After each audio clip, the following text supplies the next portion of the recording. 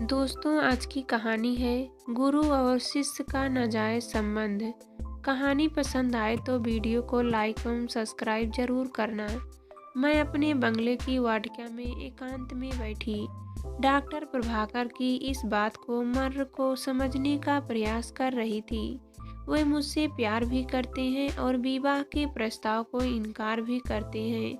उन्होंने जिस दृढ़ता से ये शब्द कहे थे, उसके बाद उनके कमरे में बैठे रहने का मेरा साहस समाप्त हो चुका था।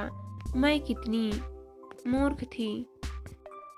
उनके सामने भावना में बहकर इतना बड़ा प्रस्ताव रख दिया। हालांकि वे मेरे इतने निकट आ चुके थे कि यह प्रस्ताव बड़ा होते हुए भी उतना बड़ा नहीं रह गया था।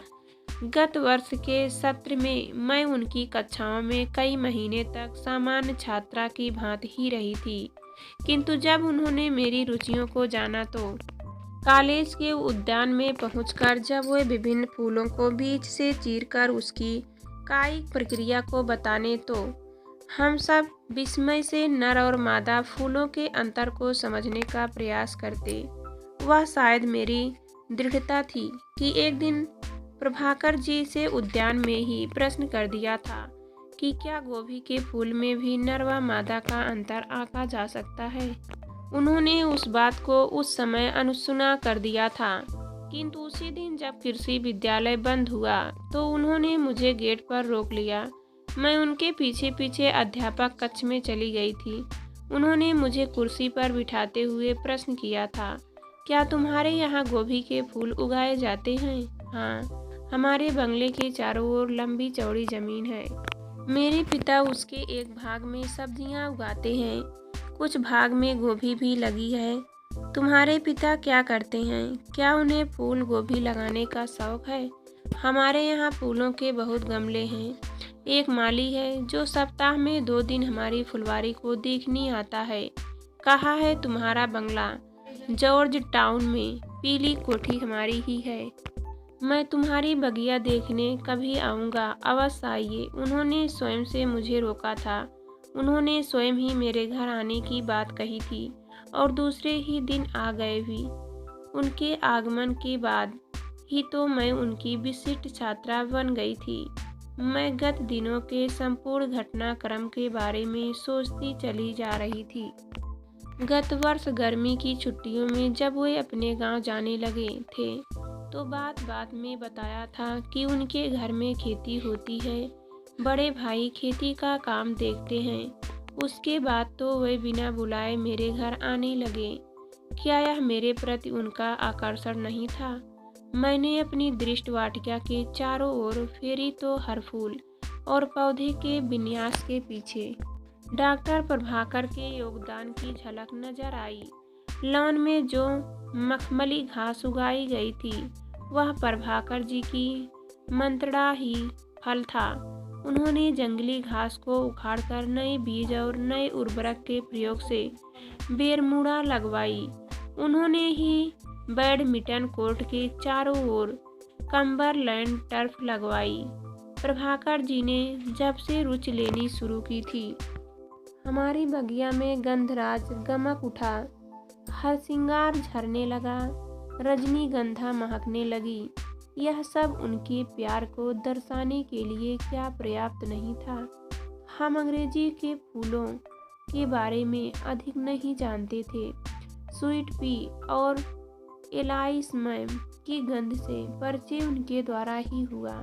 केवल 8 महीने में प्रभाकर जी ने हमारे इस रूखे सूखे मैदान का हुलिया बदल कर रख दिया था। मैं अपनी वाटिका के सौंदर्य के परिक्षेप में डॉक्टर प्रभाकर को याद करते हुए उनके साथ बीते हुए उन क्षणों को भी याद करने लगी, जिन्होंने मेरे अंदर यह भाव जगा दिया था कि डॉक्टर प्रभाकर भी शायद अपने जीवन में मेरे साहचर्य की आकांक्षा रखते हैं। इधर मैं तो उनके संपूर्ण व्यक्तित्व से प्रभावित हो गई थी। मेरी टूटी फूटी कविताओं की प्रशंसा और कभी कभार रेखा चित्र की अनुशंसा अथवा जलरंगों से निर्मित लैंडस्केप के प्रयास क्या सचमुच उनके हृदय को नहीं छू रहे थे? उन्होंने ही तो कहा था, सुकेशी तुम्हारी बहू यामी प्रतिभा किसी न किसी रूप में यश के सोपानों को चढ़ते हुए शिखर पर पहुंचाएगी। एक दिन बातों बातों में मैंने उनसे यह भी बता दिया था कि मैं इस संपूर्ण बंगले की अकेली उत्तराधिकारी हूँ। फिर भी मेरे प्रस्ताव को उन्होंने ठुकरा दिया। क्या मैं कुरूप हूँ? लेकिन ऐसा तो कुछ नहीं। उनके एक कमरे के फ्लैट में मैं कई बार गई थी। उन्होंने अनेक फूलों की एक मिश्रित वाटिका की पेंटिंग अपने प्रवेश द्वार पर ही लगा रखी थी, जो कि उन्हीं की बनाई हुई थी। यह बात उन्होंने जानबूझकर मुझे बताई थी। आखिर इस बात का क्या अभिप्राय था?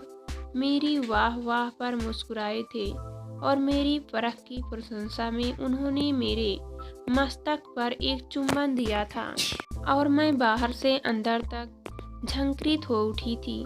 उस दिन एकांत के क्षणों में जो प्रस्ताव मैंने उनके सामने रख दिया था, शायद उस चुंबन द्वारा ही प्रेरित था।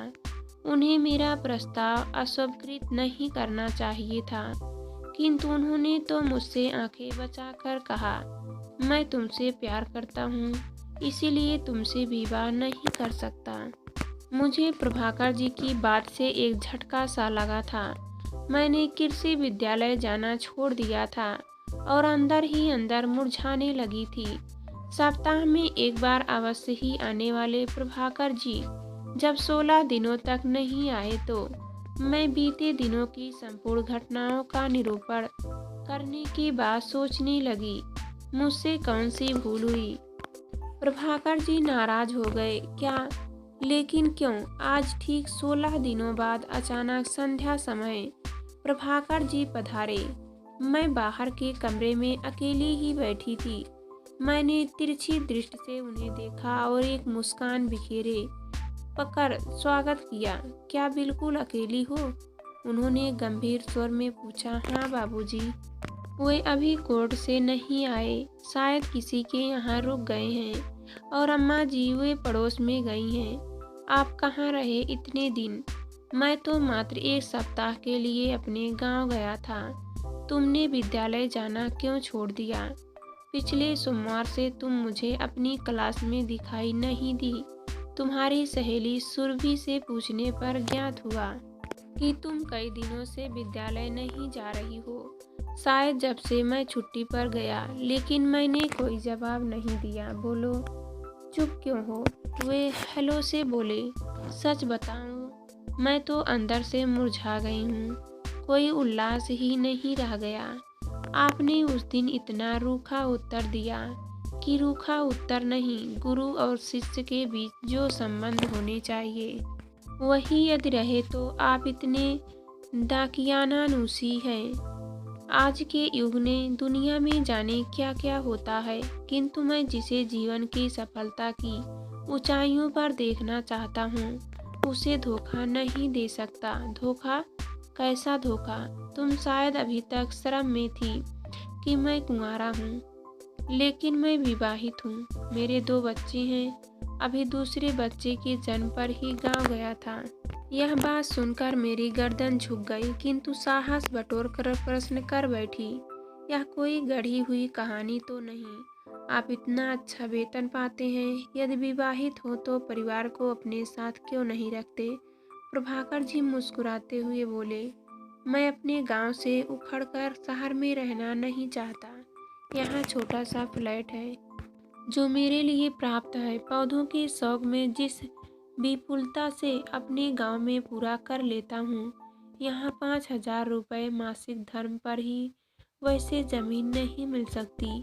उनके इस उत्तर के बाद कुछ देर को सन्नाटा छा गया। मैं समझ ही ना सकी कि अब क्या बोलूं। प्रभाकर जी कुछ समय तक मेरी मुख मुद्रा को पढ़ते रहे, फिर बोले, मेरे गांव का विकास हो गया है। नहर आ गई है, अस्पताल है, समाज कल्याण कार्यालय है, बच्चों को इंटर तक पढ़ाने के लिए कॉलेज है, एक पक्की सड़क है। मैं अपने घर परिवार को गांव से उखाड़कर शहर में रोपना नहीं चाहता। यह सब सुनकर मैं थोड़ी देर चुप हो गई, किंतु फिर धीरे से बोली, आपने जिस अनौपचारिक रूप से मेरे घर आना शुरू किया था मैंने उसे आपका आकर्षण मान लिया था। मेरी बात सुनकर प्रभाकर जी ने कहा, हाँ, मैं यह भूल गया था कि तुम ऐसा भी सोच सकती हो। दरअसल तुम्हारे यहाँ निरुत्तर आने का कारण तो हमारे बंगले से जुड़ा हुआ यह मैदान है, जो अब एक सुंदर वाटिका में बदल गया है। यहाँ मैं अपनी योजनाओं का प्रैक्टिकल प्रयोग कर सकता था। मैंने तो सोचा भी नहीं था कि एक दिन तुम विवाह का प्रस्ताव भी मैं एक बार फिर चुप हो गई। फिर इस पूर्व के कि मैं फिर कोई प्रश्न करती। प्रभाकर जी वहां से अचानक लौट पड़े। प्रभाकर के मस्तिष्क में सुकेशी के प्रस्ताव की बात घुमड़ती रही और उन्हें अपने उस चुंबन की बात याद आ गई जो उन्होंने सुकेशी के मस्तिष्क पर दिया था। शायद उस चुंबन ने ही प्रेरित कर दिया था कि वह ऐसा प्रस्ताव रख गई थी। उसे पता नहीं मस्तिष्क के चुंबन में और पोपलों अथवा होठों के चुंबन में क्या अंतर होता है। काश यह भारतीय परंपराओं से अवगत होती।